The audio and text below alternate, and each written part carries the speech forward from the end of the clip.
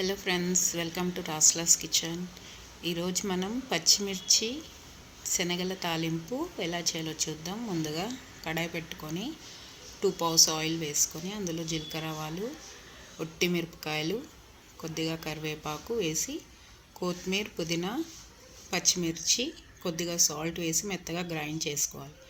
ఆ పేస్ట్ని అందులో యాడ్ చేసేసి అందులో కొద్దిగా ధనియాల పొడి వేసి మనం ముందుగా నానబెట్టుకొని కొద్దిగా ఉడికించుకున్న శనగలు అందులో వేసుకొని బాగా కలుపుకొని అందులో తగినంత సాల్ట్ వేసి కొద్దిగా చాట్ మసాలా కూడా వేసుకొని నిమ్మకాయ పిండుకొని పైనుంచి ఆనియన్ వేసుకొని తింటే చాలా అంటే చాలా సూపర్గా ఉంటుంది friends.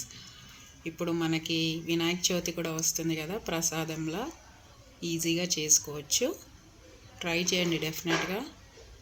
Thank you friends, thank you for watching. First time నా ఛానల్ని ఎవరైనా చూస్తే సబ్స్క్రైబ్ చేసుకోండి.